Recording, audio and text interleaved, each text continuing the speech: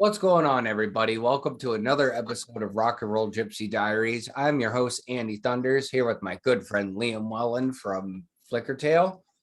We've been friends for a long time, and it's our first time interviewing face to face. How are you, man? Thriving. Sun is shining. It's a beautiful spring day here in Sydney, in Marrickville, 2204. Loving life. Nice. That's always good. You just put out a new EP, and I've heard it all, but I haven't shared it all, and it's great. I've been a fan of your stuff going way back. Tell me a little bit about the EP. I understand it was live in the studio, and Heroes is the lead track off of it, and it's a great rendition, my friend. Thank you. So the story goes all the way back to 2019. Where before pandemic, when airplanes ruled the skies and you could still see the lower half of people's faces in public. And what we did was, we'd heard for a long time that people would come to the live gigs and be like, oh, buy a CD, whatever. Like, oh, you guys were great, but the records never sound as good as you do live, or they don't capture the energy, the ferocity of live performance. And I really took that on board. And all my favorite records when I was growing up were live albums. So it was like Thin Lizzy's Live and Dangerous, Kiss Alive. Absolutely. Yep, those two for me as well. Yeah. I grew up with that. So I always wanted to do a live album, right? Or like Motorhead at the Hammersmith Odeon. Oh, I always wanted to do a live album, but obviously we weren't playing sufficiently sized venues to justify doing like a whole live record, right? Yeah.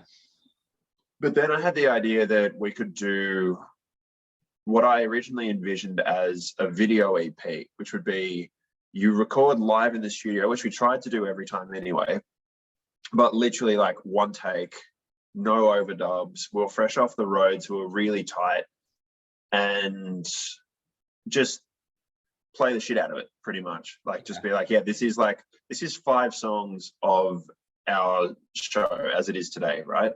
Right. So that was the idea. So the songs were all written not long before the recording. So we'd been road testing. That was always our move, right? You test the song live before you even think about committing to it.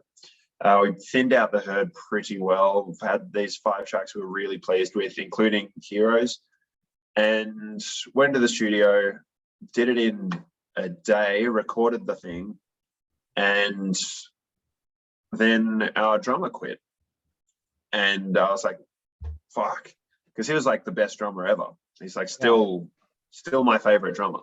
Like literally for me, it's like him and Eric Singer. And I was like, well, that sucks. And, that kind of, I don't want to get too far into it for legal reasons, but the way that he quit prevented us from sort of maintaining the momentum we were building with the release cycle we had. The release touring cycle looked like we were going to spend a while looking for someone else. We didn't really just want to hire like some temporary guy. The margin of cash that we had was so low anyway, and there was like a lot of money riding on us touring to make money again, and like all these like internal machine movements of like being a touring artist that like other people don't see. And so we're all really burnt out, and we're like, man, I'm not going to waste another year just like trying to find the right guy, waste all these recordings. Yeah. So the other boys were all ready to settle down and live their lives. So we called it a day in 2019 after we released a previously recorded single called Contact Sport, which I thought was a pretty good song. That's the thing I want to touch on really quick.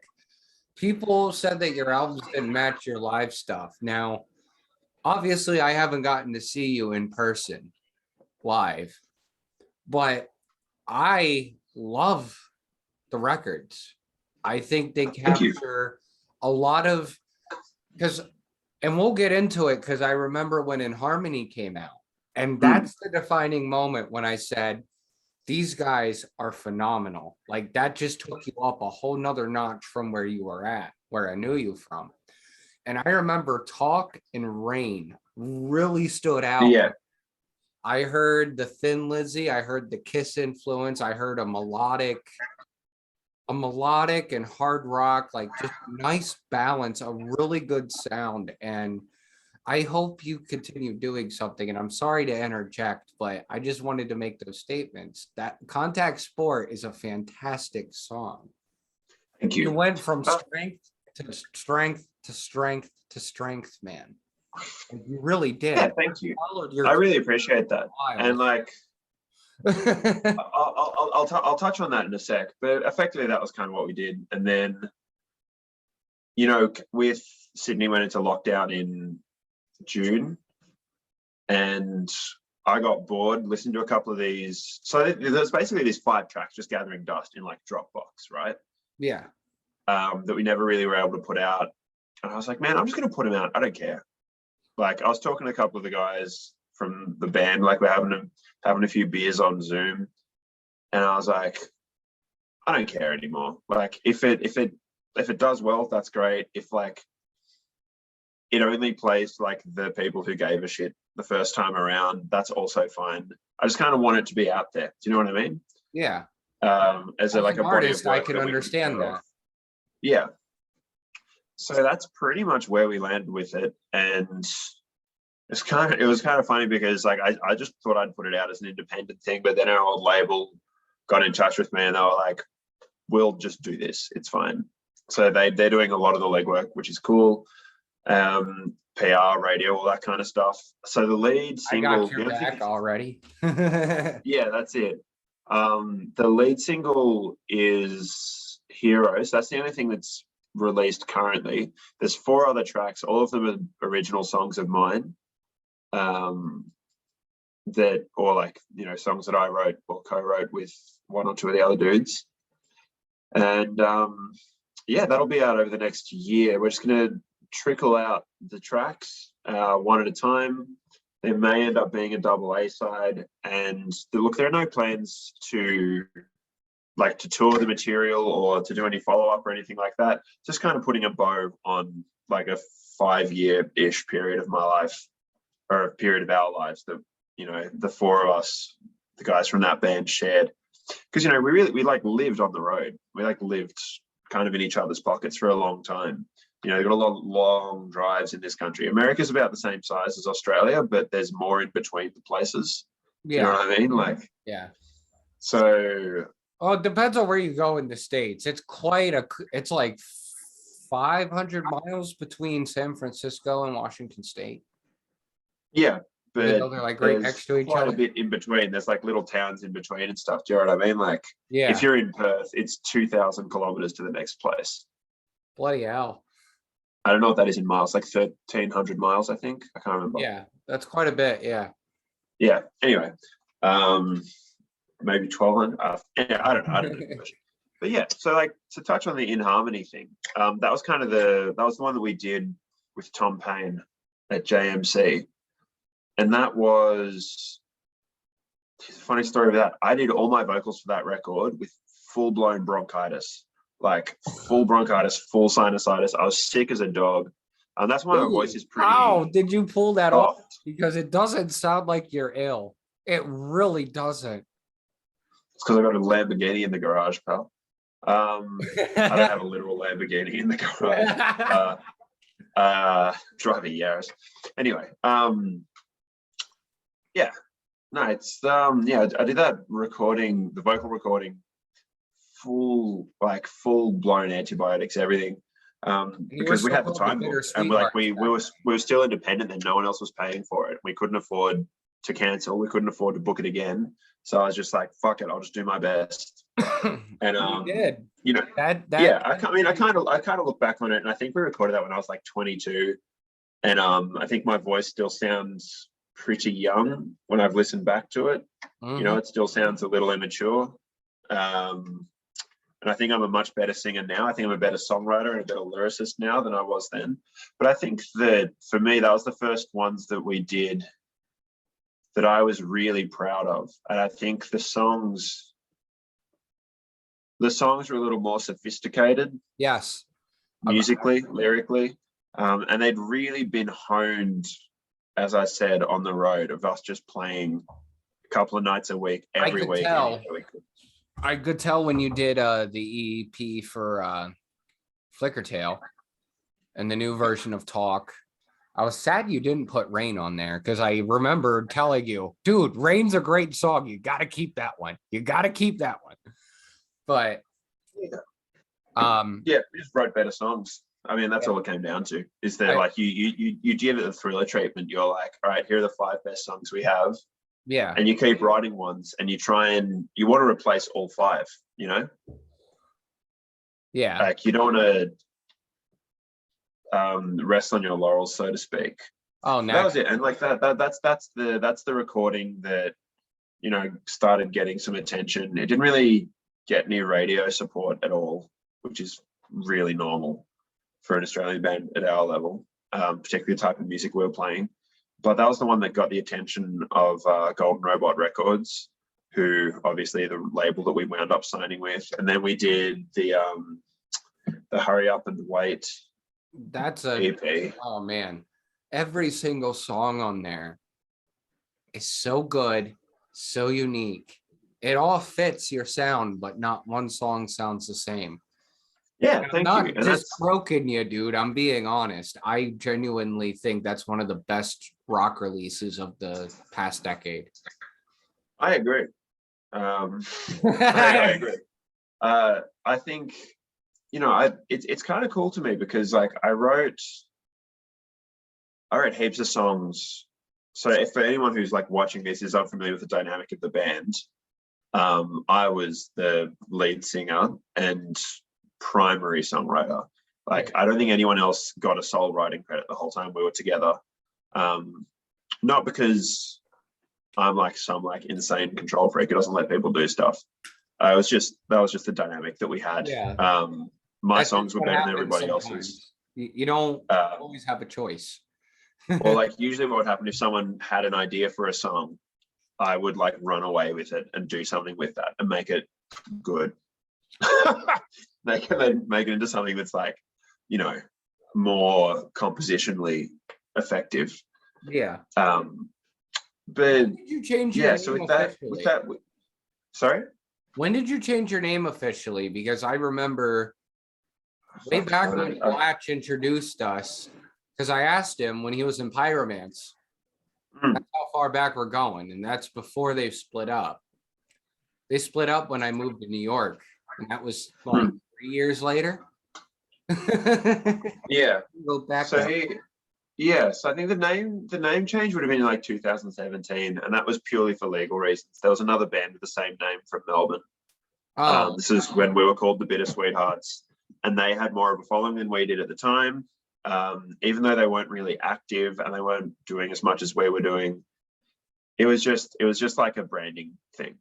Gotcha. Again, it's like the boring side of music. Sound better, I think, or the sound you're doing in harmony anyway. Yeah, I think so. And I think that as the songs became more sophisticated, as I said, it also marked a clean break with what we'd been doing beforehand. Because before we had that lineup solidified of me, Matt, Johnny, and Marcus, Matt and I had played with quite a few people, quite a few different bands. Like there were guys that I went to school with, just like random other dudes. You know, we spent ages like faffing about in Sydney, really, just fucking whittling, not really getting anywhere until we solidified that really strong lineup. And so for me, the shift in the name also solidified a clean break with the past. It was like, it wasn't saying like, here we are, we're a new band. It's kind of like, we're doing this. This is different from what I was doing when I was 20. You know what I mean? And when you're 22, the difference between 20 and 22 feels huge. You know what I mean? Absolutely. Especially when you're a musician and you're constantly writing and playing and stuff, always getting better. And I can say some of my best stuff came from that period when I was that age myself. Like, I'm working on is all stuff that I've had sitting at collecting dust since 2015, you know? Yeah, and I think that, you know, sometimes you just write stuff for the sake of writing it. That's what I do a lot of. Yeah. But if you look at the that EP, the Hurry Up and Wait EP that we did for Golden Robot Records, the plan was to do that and then do a full length album. And so we did that EP, and that was the product of us like really consciously sitting down to write the 5 best songs we could write. And I remember what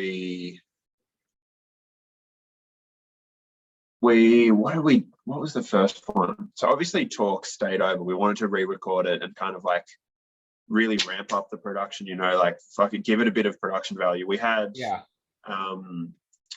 Tony Wall, who worked with Kiss. He was an engineer for Kiss Alive 4. He worked on Paul Stanley's One Live Kiss record. So like I was like, yeah, sold. Yeah.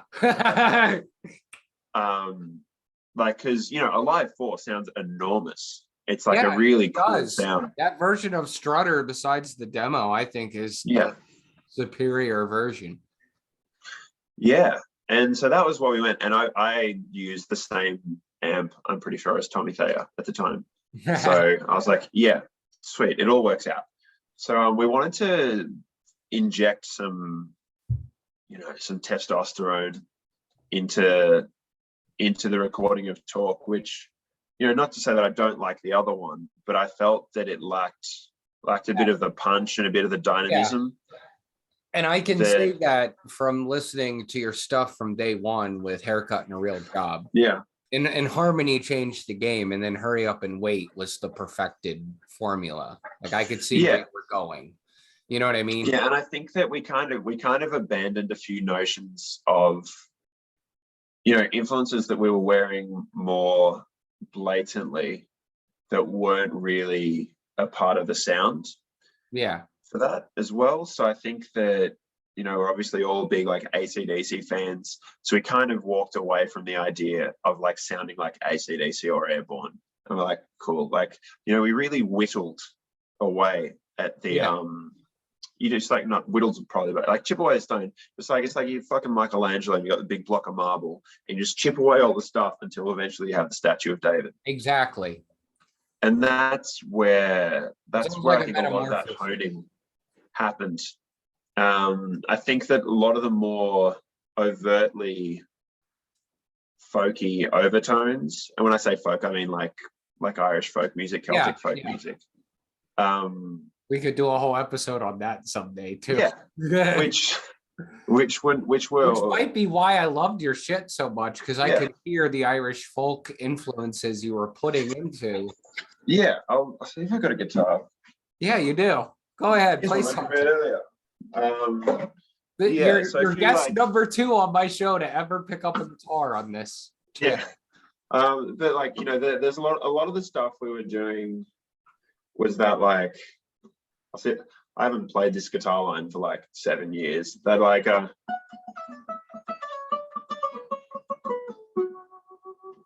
where it was a little more overt. The influence of like that's obviously like a jig, you know what I mean? Yeah. Whereas I think for the next one we kind of wanted to maintain the influence but not be as overt with where it was coming from. So, you know, the influence became more lyrical and more compositional than it was like an overt musical homage. And you wound up with sections that were more like the you know, that song Fade Away, which I think was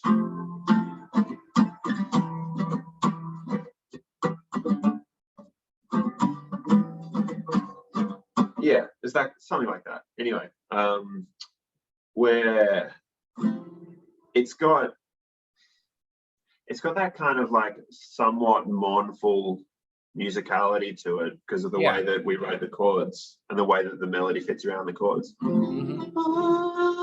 I think it was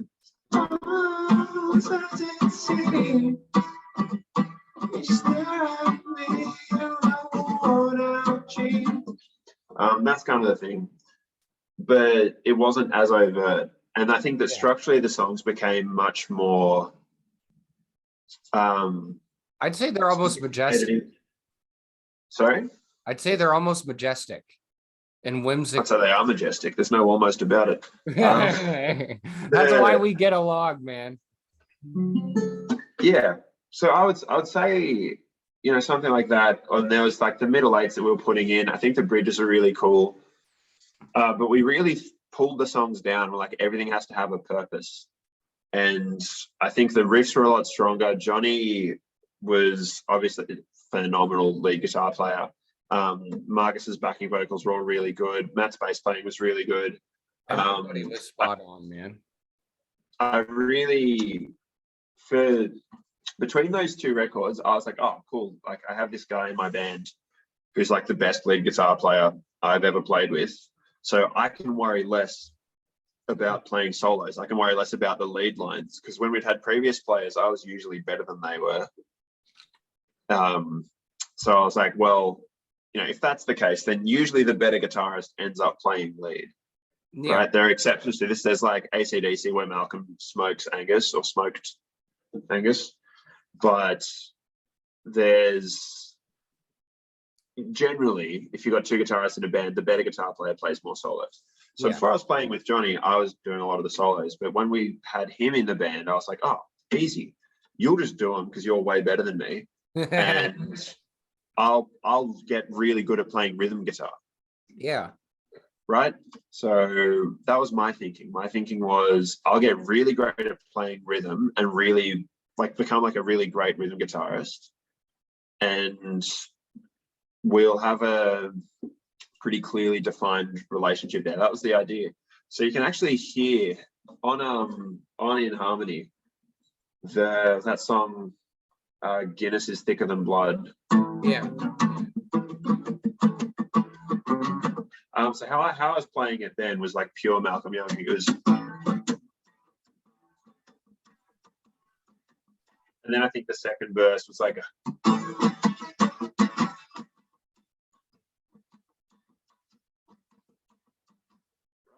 but then by the time that we did the next record, I was deliberately trying to exploit like the push and the pull that you can have with a drummer once you become more intimate with how rhythm works.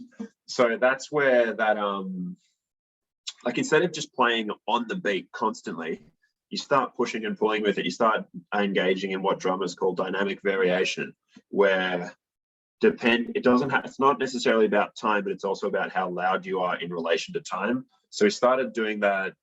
The my part on Let There Be Love is that. Yep.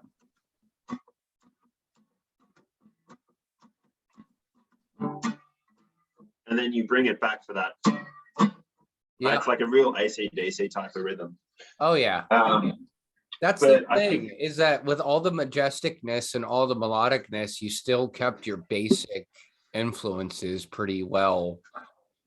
Because I mean, and that was kind of all of us. Like all of us had like varying tastes in music. There wasn't a lot that we all agreed on, but we all pretty well liked that type of 70s hard rock. Right on. Generally speaking, you know what I mean? It might be why I fell in love with you guys from day one too, because I'm about that as well. Yeah, and like to this day, that's still my favorite type of music. I listen to a lot of music. I listen to lots of different types of music now. We were talking about all kinds of shit the other day too. You know? Like exactly. And so to this day, that's probably my favorite type of music. Like, like Kirsten, Lizzie, Van Halen. That sort of like time, that period.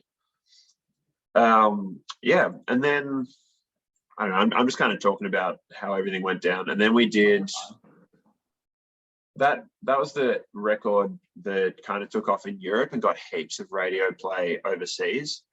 Still didn't really get touched down here, unfortunately, but it did all right, man. And it fucking smacked the independent charts really hard. It did pretty well on like rock radio, particularly on digital radio. It got rave reviews. So it was clear to us the audience was over there. We headed over on tour, did that. After that EP, and then 2019, I think, because we wanted to record in 2018, but we couldn't. But 2019, we recorded and put out those two singles that we did, and then that was the bend over. So there was Right Behind the Eyes and Contact Sport, which are two very different sides of the same coin. We recorded those at Damien Gerard's studios where we did this EP that's coming out. And I think that one of the Right Behind the Eyes is like a very kind of like up-tempo, angry song. It's kind of like, and Contact Sport is melodic and emotional. And very punchy, very catchy too. Yeah, and it's kind of like right Behind the Eyes is heaps of chords and heaps of notes, and like there's a lot of pace to it. It's very aggressive.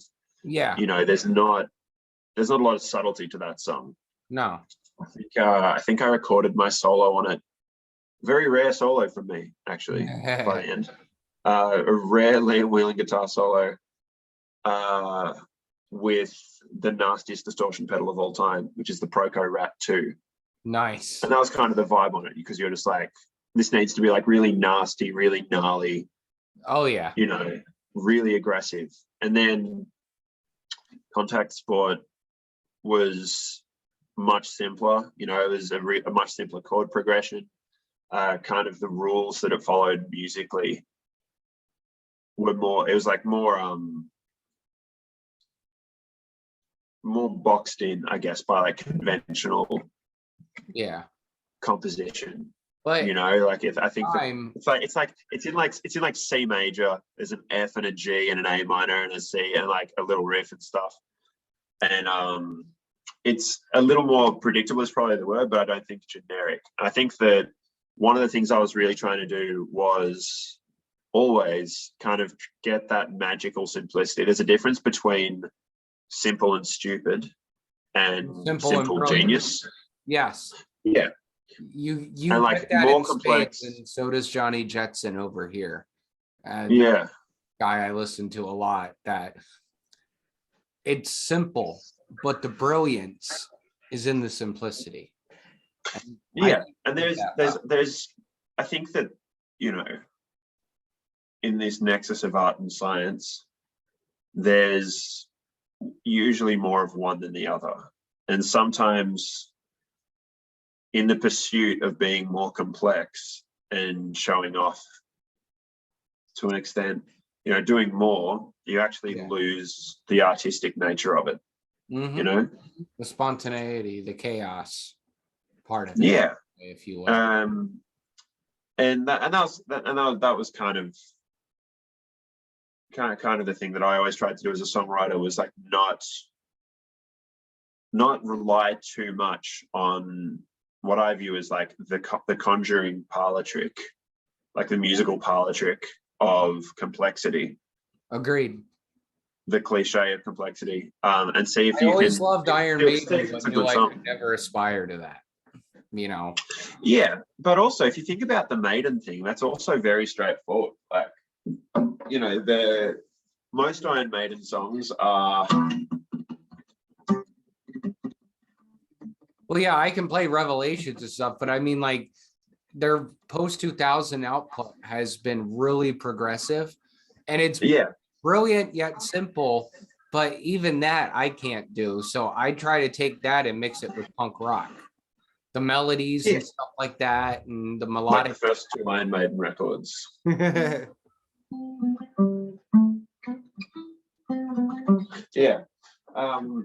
like I think that there's, I don't know, balance, harmony in all things. But as I was saying, with writing songs, my favorite songwriter is Noel Gallagher from Oasis. I have to say they get a lot of shit, but I think they're brilliant in some respect. Yeah, me too. And I think that band never really took off as much in the States or here as they did in the UK, where they're just like an indelible part of the cultural mix of that country and that national identity. Oh yeah. I mean, if you take away Wonderwall, What's the Story, Morning Glory is actually a really good record. Yeah, I also think that Wonderwall is like a brilliant song. I think that I reject the notion that it's become this like guitar meme online where people like put a cape on the second fret and they play like Yeah. an E-7 and act like that's like an opinion, or like that's like you knowing how music works.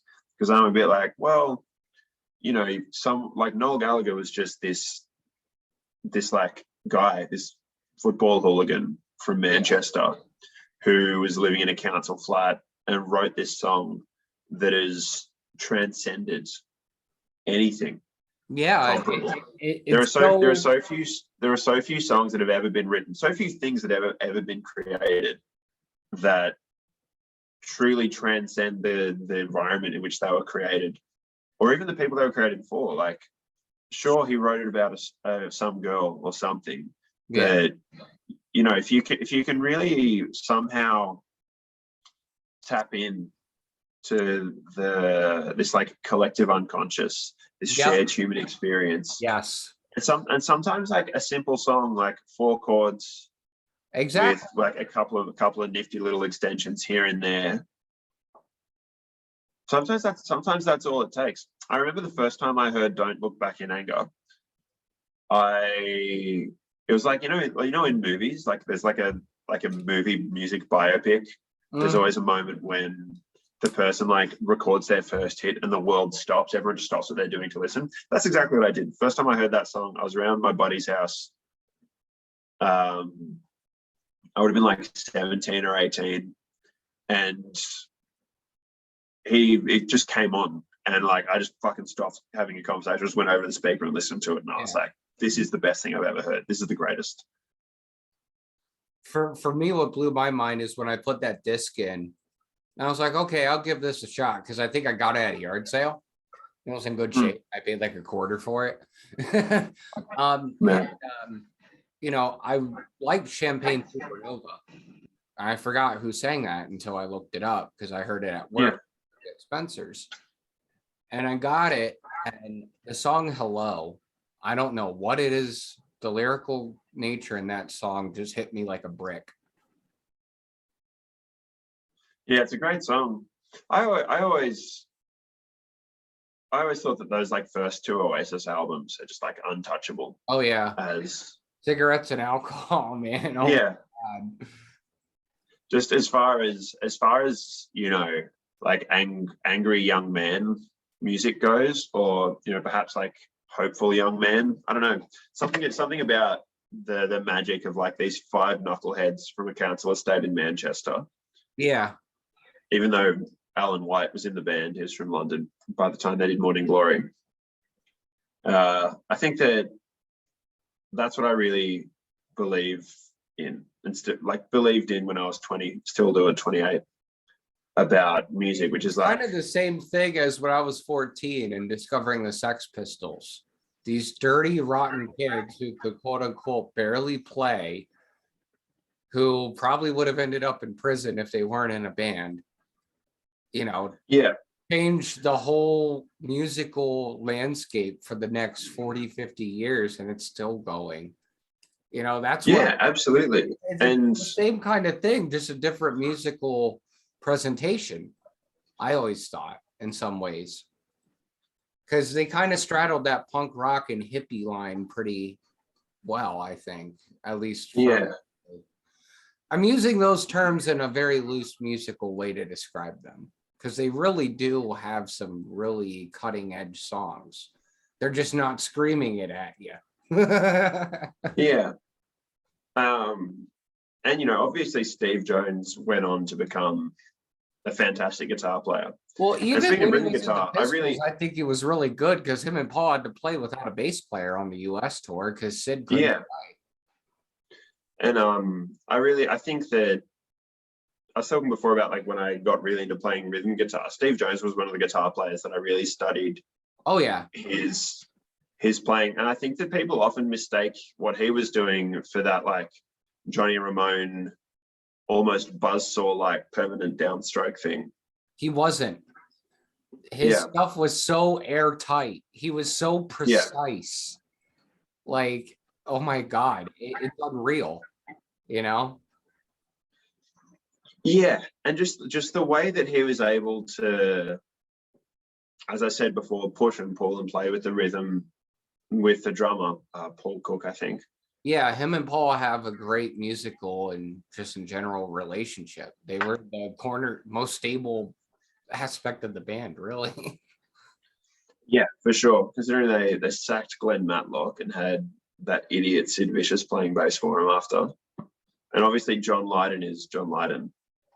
You can give Lydon shit, but I have to say, it's really hard for me to dump on him when everything he's done beforehand is pretty well solid.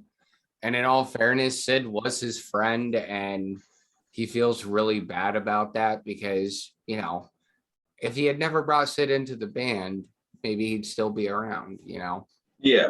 That's all a lot to take in when you're that age from that kind of a background like they had. Yeah, for sure. For sure. I think that he's John Lydon. I tend to agree with him, but he generally seems to be a pretty abrasive personality. Of course, it could all just be a bit. It could just be him being abrasive, for the press because it gets headlines. That's what he's always done. Yeah, but at the same time, he always seems to have even when he's angry, he's genuinely trying to help you see that, certain things, I guess, in a way. Yeah. I kind of admire the fact that he takes the piss out of everything in a way, or has. Like watching the press clips from the reunion tour was just hysterical. Yeah. He just would not play to their game, Yeah.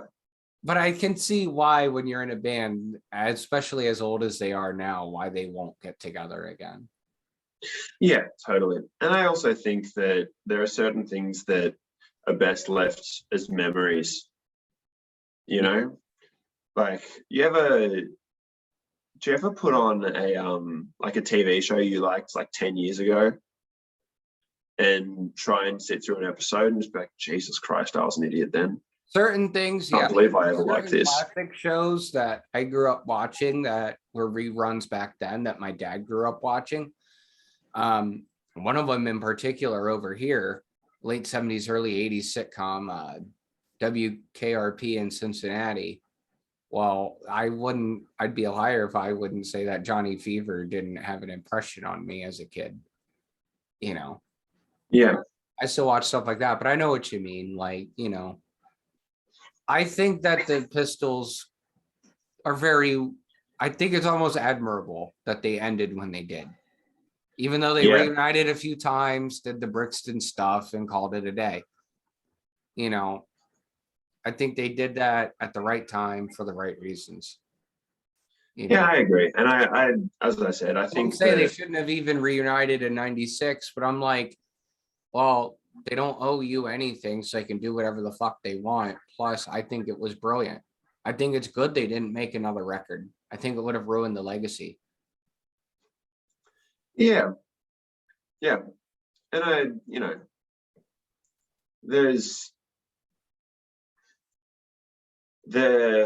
think that like it's difficult to kind of pass between like music and business once a band reaches a certain level, because there does come a point at which the music is only one part of the business. Like when you're just starting out, it's all music, and then once you're done and it becomes box sets and re-releases, it's all business. But there's a varying degrees of each on the spectrum on the way. And I think that if you're a band that starts out with ideals and principles, which are typically quite expensive, it's a difficult scenario in which to find yourself, because maybe you turn 50 and you got to pay alimony and child support. You're like, man, you know what? Make an easy $100,000 just doing this again. Yeah. Can't fault anyone for going out and earning a buck. You also can't fault anyone for sticking to their guns. No. Like, is there like a quiet or possibly a loud dignity in sticking to the ideals you had when you were 20? Maybe. Is there also dignity in doing like what Jonesy did and just playing guitar, like living off Absolutely. living off record sales and just playing guitar and doing what the fuck you want for the rest of your life. What's Definitely. wrong with that? I think that, You can have many different outcomes and still like them all and respect them all for, you know. yeah, I agree. And I reckon that if you're like for that generation who are now getting on in years, for that generation, it might be nice to relive the glory days if the Sex Pistols or the Damned or whoever do another tour. But you know, I saw the think Addicts that, not that long ago yeah, before really COVID good. happened, and it was amazing. I'm glad I finally got to see them because I loved them for years, but they're one of the oldest running English punk bands with the original lineup still intact. And Good for them. you know, they've always kind of been the same, but they haven't at the same time because they've always been kind of, even though they're punk, you know, they've had fun with it. And that's the whole essence of them. And I love it. You know, there's no, almost like Lemmy from Motorhead in a way, the same kind of thing where Motorhead didn't really change, but they did a few different things along the way, you know, Yeah, and they kept that. They were just about fun. They were what they were, and what you saw was what you got. But the Addicts, you know, same thing. You could say that they're nostalgia, but they've been putting out records, and even though they're legends in the punk rock world, they don't get a lot of acceptance like the Pistols and stuff, you know? yeah, yeah. And I suppose at the end of the day, it just comes down to whatever people want to do, and you can't fault anyone for making a living playing guitar. For some people, it's all they know and what they do. They wouldn't know what to do if they weren't in a band and touring, you know? Yeah, I mean, like it's like what's like those child actors who become massive burnouts as adults, but they still do shitty movies. Like, yeah, you've got no skills. You can't do anything else. Yeah. Like, who's that guy? The kid from Terminator, Edward Furlong, Yeah. just like only does shitty movies now. He doesn't really like do big movies Edward anymore because he doesn't know how Furlong. I know that name from the Detroit Rock City movie. That's a great film, though. That just Yeah. bombed. It was badly marketed. Yeah, it's a pretty fun movie. I remember Who's watching in it as a that? teenager and Yeah. being like, this is heaps of fun. You know what sucks? I saw that movie, and then a few months later, I was in a foster home with foster parents, exactly like the one kid's mom. Damn, that is rough as. And I had a good time in a way. Not really, but I played in the church youth group because it was the only way I could play guitar and, you know, have some kind of appreciation in the family by doing things like that I disagreed with. I brought in the Iron Maiden song Revelations, and I didn't tell him who did it. And I showed him how to play it and stuff. And like, I couldn't tell him it was by Iron Maiden because then they would have texted it. I just said, hey, this is what I found. Here are the notes. Yeah. And we played it and I giggled. And I told the youth pastor after, he's like, that's a great song with a great message. It was beautiful. You know, did you write that? I'm like, no, that was Iron Maiden.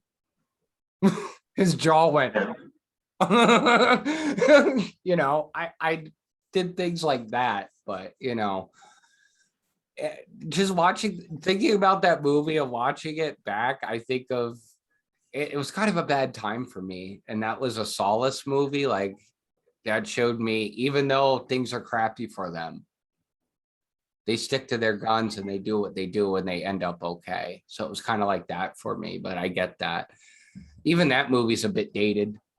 The 90s, late 90s, Sarah stuff, you know. Yeah, I really liked that movie. I really enjoyed it when I saw it as a kid. I thought the four guys were pretty funny. Oh yeah. I thought it was a great coming of age movie. Yeah. Obviously it's for people like us who are Kiss fans, but Oh yeah. I think just rockers in general can relate to that. Yeah, it was a good movie. I liked it. I did think it was pretty funny that they got Kiss as they were in the 90s to play themselves in the 70s. And I Yeah. was like, come on, boys. Come on.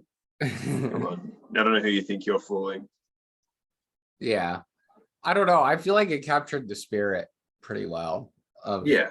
you know, but so I mean, we pretty much covered the entire Flickertail thing. Hmm. Are there any plans? And I know I've asked you this in private, and I don't know how much you can say.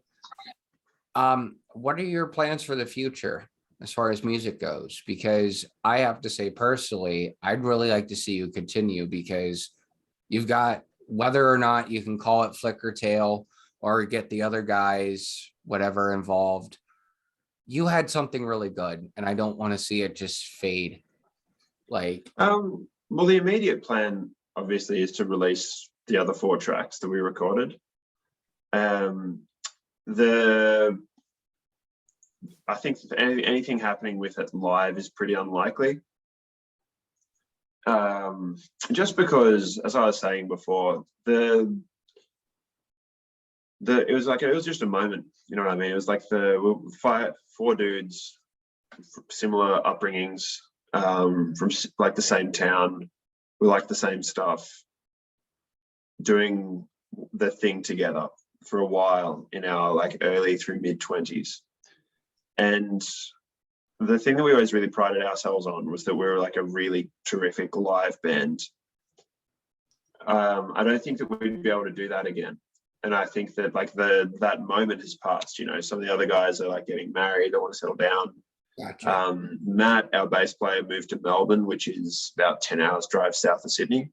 Fair. And, you know, Marcus plays in, he doesn't play anything actually, he sings. He sings in a group called Star Crazy now, who are doing like an 80s alternative meets 70s glam Gotcha. type of thing. Very different from what we did. Johnny plays guitar for a group called the Black Cardinals. I play guitar for Anyone Will Have Me. Occasionally I do solo stuff. I'm still writing songs, and I plan on releasing a couple of songs that I recorded earlier this year. They'll be vastly different from what I've done in the past. Not that different because it's still me doing it, Yeah. but it'll definitely be a very different thing for me to do. But that's pretty much what the plan is now. You know, whatever plans we had in the past They faded. kind of got screwed over by the coronavirus. And you know, 2 years goes by, and Sitting dormant. Yeah, I get it. So certain things that were options at one point are no longer options. It's fine. It is what it is. Life is good. I guess if, you know, when things start to, you know, even out, do you have the want to start up another group and kind of pick up where you left off with Flickertail? And I only ask as a fan because it's brilliant, not just as a friend, as a legit fan. Yeah, I think that it's entirely possible. I think that what I'm enjoying right now is playing guitar for other people and playing other people's music, not being like the one guy who does everything. I might have a But I think, collaboration or two in mind for you in the future. yeah. So that's what I'm really enjoying right now. I play guitar for a band called Medusa's Wake, or kind of like a folk punk thing, and that's a lot of fun. I played with them on Friday night, and that's just like a lot of fun for me. I really enjoy playing guitar with them. They'll probably do some stuff. They might hit the road, do some recording, whatever. I know who else I play guitar for a singer named Rebecca Harkin, who's a really just an awesome singer from Donegal up in the north of Ireland. She's really gifted. I play guitar for another singer called Rosie, who does weddings mostly. I do my solo stuff as well. I think that the odds of doing a band in the future are not low. Yeah. By any stretch of the imagination. But I think that right now what I'm really enjoying is being a sideman. rather than being like the singer, the songwriter, the front man, like Gotcha. being a manager as well, booking the shows, you know, booking the tours, organizing recording time, like the being the one guy and it being my thing is, I'm not going to say never, but it's not super appealing to me right now. Yeah. But that said, you know, Sometimes you got to recharge the batteries a little bit, if that makes sense. Also, if everybody watching this fucking froths all the new material and tells all their friends about it, maybe there'll be enough justification for me to actually do something with the material as well. Yeah, like I said, I would love that because this is such good stuff. And, you know, I've been playing it on my radio show and people really respond well to you guys. That's why I asked you for the indent and everything. And, you know, I just think that nobody's been able to really allow people to actually hear you guys in a proper way. Well, I mean, with this recording that's coming out and the videos that will accompany it, that'll hopefully be as close of a snapshot for that as you can get. Yeah. And I think it's brilliant. I mean, I love Heroes and I love the rest of it. You know, I just, you know, I don't want to see all that just go to waste because it's brilliant stuff. You know, I mean, what do I know? I'm just some Yank in upstate New York, but, you know, I'm just saying for me, Flickertail's been one of my favorite bands of the last. Oh, man, thank you. I appreciate that a lot. You know, and I love what you do. And I know from knowing you and being friends with you for so long, I'm aware that that stuff was written by you and you were that guy. If you're a side band, I'd love to put together some songs in the future for fun. I'm going to be doing the folk punk thing soon too. So if you want to do some IRA songs, I'm all for it. Just for whatever, just for fun. I love doing that. I'm actually working slowly with Paul Soldier on some Johnny Thunders covers. Just for fun. Awesome. Yeah. And you know, so at the end of the day, what is it that you love about music? It's a good question. What I really enjoy is live gigs. I've realized I don't really like studios that much, and I enjoy writing songs, but the thing that I enjoy the most is playing live by a long way, by a pretty significant margin. Naturally, I mean, it's more direct and it's more spiritual. Yeah, and you just get to. Is it wrong to say rock and roll is spiritual and people just forgot that part of it in a way? I don't know. I think that there's probably an argument to be made that anything that has like a large group of people doing the same thing serves roughly the same social purpose as going to church. But people reach their hands in the air at church to touch something higher than themselves, and I feel like they do that at concerts for the same reason. Yeah, I think so, and I think that, you know, there are very few sounds that are sweeter than like a large group of people singing together. Oh yeah, and that could be like at a concert setting. It's not really a part of American sporting culture, but in English sporting culture and Irish sporting culture, certainly, like teams have songs and chants and all that kind of thing. And that's a very big part of like the match day experience. So I'd probably actually, Paul Soldiers a fan of soccer and football over there. Yeah. So I would probably say that what my actual favorite thing about music is just like a load of people singing together, you know, for a million different reasons. Yeah.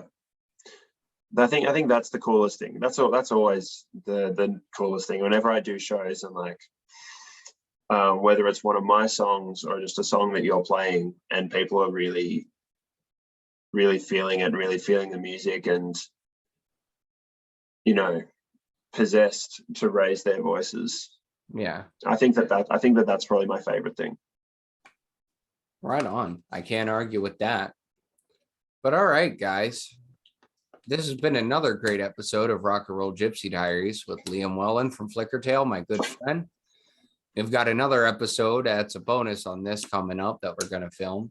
But if you like what we're doing here, hit the like button, hit the subscribe. I'll leave a link to where you can get a hold of the EP and listen to the single Heroes. It's fantastic. And leave a comment for Leo. I'm sure I'll be poking around and keep an eye out for his new music. I thank you very much again, my friend. It's been too long and definitely want to do this again. It was fun. Yeah, man, what a pleasure. Yeah. All right. Well, until next time, I'm Andy Thunders. This is Liam Whelan from Flickertail. See you next time, guys. See you later, everyone.